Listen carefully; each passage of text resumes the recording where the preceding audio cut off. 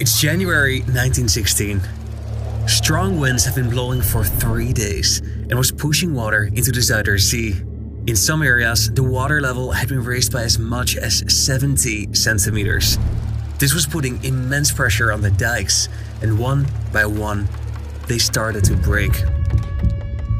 The freezing water broke through the dikes and flooded huge pastures and entire villages. Dozens of people died, and thousands more lost their home. This was a humanitarian disaster, and for the Netherlands, it could not have been at a worse moment. 2 years earlier, World War I had started.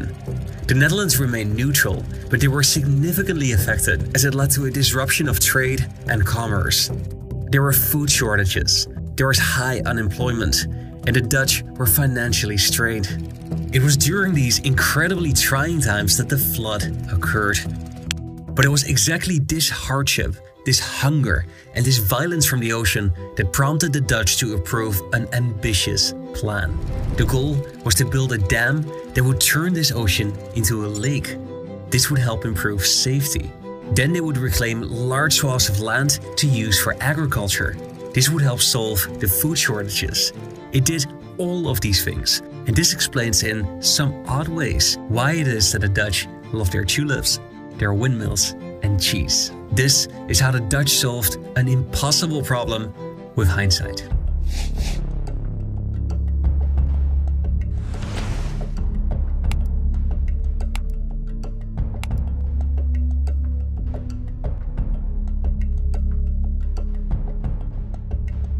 Around 10,000 years ago, the last ice age ended. Land ice was melting and was raising the global sea levels. This eventually formed the North Sea and a large lake in the center of the Netherlands. The Romans, around year 0, named this Lacus Flevo. Remember that name. This lake would constantly flood. Every few decades, there was a large flooding event that killed thousands to tens of thousands of people. This continued for centuries until the lake eventually joined with the ocean. We're now in the Middle Ages, and the lake was referred to as Almere. Remember that name as well. The Dutch became increasingly ingenious with their water management. At least as early as the 14th century, they began reclaiming land, but their true masterpieces date back to the 1600s. It was the Dutch Golden Age, a period of rapid development that saw the rise of the Netherlands as a global superpower. Much of the country at that time was covered with lakes, and in 1612, they decided to reclaim this one. This is the Beemster. They used windmills to drain the water, and they repurposed the land for agriculture. This created a thriving community of farmers and some very happy investors who made a return on investment in just 1 year. It was the beginning of a trend. Only 2 years later, the map looked like this. Many of the lakes were gone. But the villages along the Zuider Sea were still frequently plagued by floods.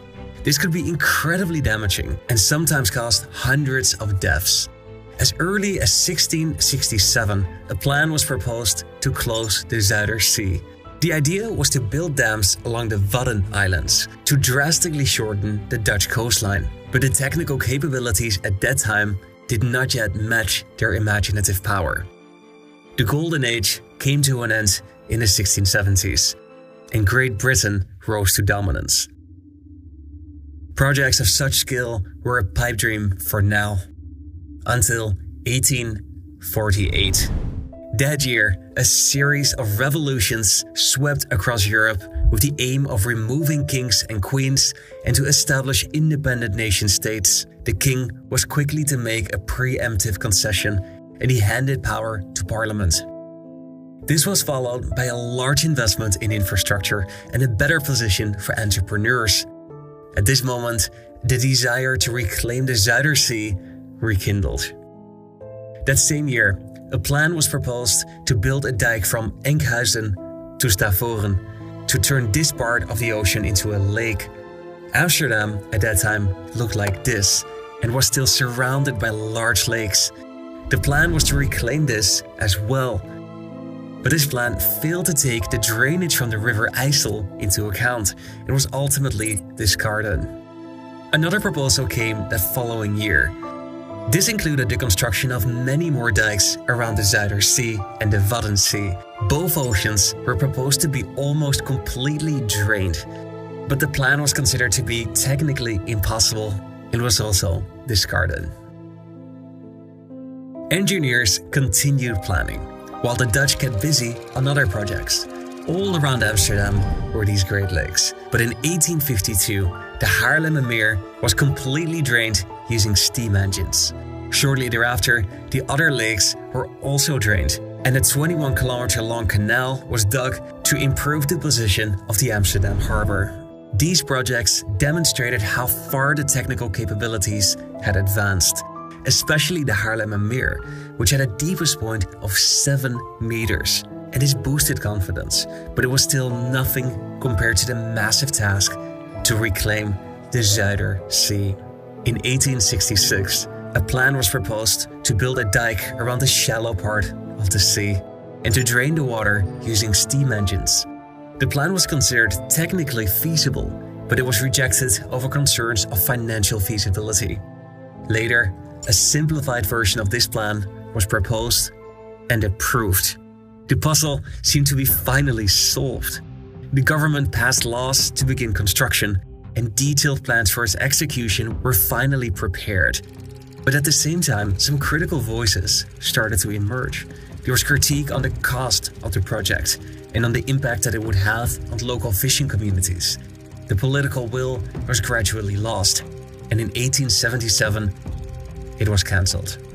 This was the closest that they had come to executing a centuries-old dream. The Dutch had finally gathered the technical know-how, but still needed to find a way to find the political and the social will. In 1891, there was another break in the case. Cornelis Lely released his plan. Remember that name. He proposed to build a dam to close the Zuiderzee and smaller dikes in the newly formed lake.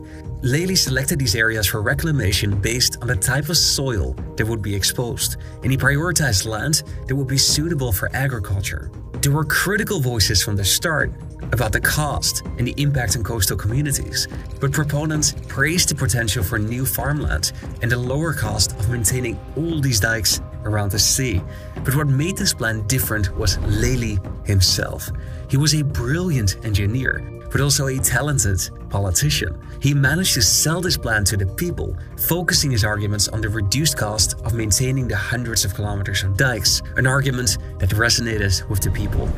Despite the commonly held belief that this was the best way to do it, the plans lacked sufficient urgency to be formalized. But that's when World War I started. That's when the food shortages came, and then that terrible flood of 1918. The Dutch finally decided that Lely's plan should be executed.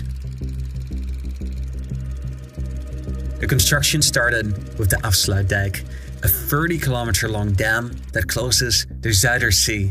It started in 1920 and continued for well over a decade.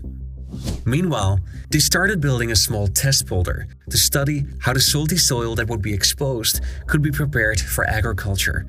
But the real challenge came with reclaiming the much larger Wieringermeer.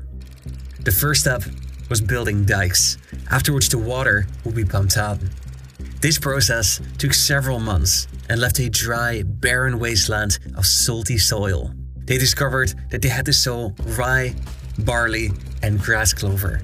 So they did, and then they dug a complex network of ditches to transport the excess water.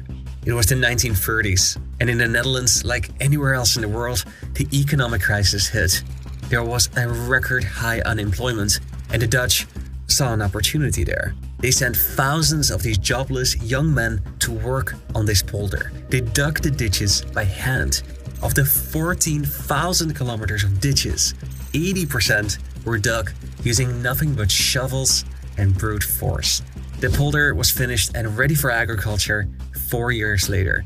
That same year, the dam to close the sea was opened. 1942 was a year of celebration. The Zuiderzee was now closed and renamed IJsselmeer, meaning the lake of the River IJssel. This river was going to turn the water fresh over the course of the next 5 years. This was an environmental disaster for the fish stock and for the communities that lived off its exploitation. But after these accomplishments, there was no more money for the project, and it was uncertain whether the other polders were actually going to be built. Prime Minister Hendrikus Colijn was determined to persevere. Despite the country's financial hardship, the plan was to now reclaim the largest polder, but Colijn decided to prioritize the northeast polder. That is because these lands could be entirely dedicated for agriculture, which at that moment was a more pressing concern. Construction started and World War II began. Germany occupied the Netherlands and the engineering teams suffered enormous shortages. But the dikes were built, the water was drained, and the ditches were dug, this time using machines. By the time the Northeast Polder was finished, 500 kilometers of roads, 59 bridges, and 300 farms were built. It was an exhaustive task under German occupation. After the war, the Dutch focused on rebuilding the country, and for a couple of years there wasn't any funding available to finish the job. But they also started to notice another problem with the newly built Northeast Polder. It lies below sea level and lower than the mainland. This causes several issues. Groundwater from the mainland was now flowing into the polder, depriving the mainland from water and making it less fertile. Secondly, the polder was sinking, causing massive damages to housing and infrastructure. When the Dutch started working on Eastern Flevoland in 1950, they had made a few changes to the design. They added a border lake. The idea was that this would absorb water, reduce oxidation, and it would act as a buffer zone. This would slow subsidence, and it would prevent the same problems from happening to this polder. The construction was carried out over the next 5 years. The Dutch were now using small aircrafts to plant the crops. Whereas the Northeast Polder was primarily intended for agriculture, Eastern Flevoland was aimed at fixing the housing crisis. The urban centers of the Netherlands were rapidly growing, and there was a shortage of affordable housing. This polder was going to fix that. The plan was to build new cities across this polder to ease the pressure on nearby cities. Amidst these exciting developments, disaster struck.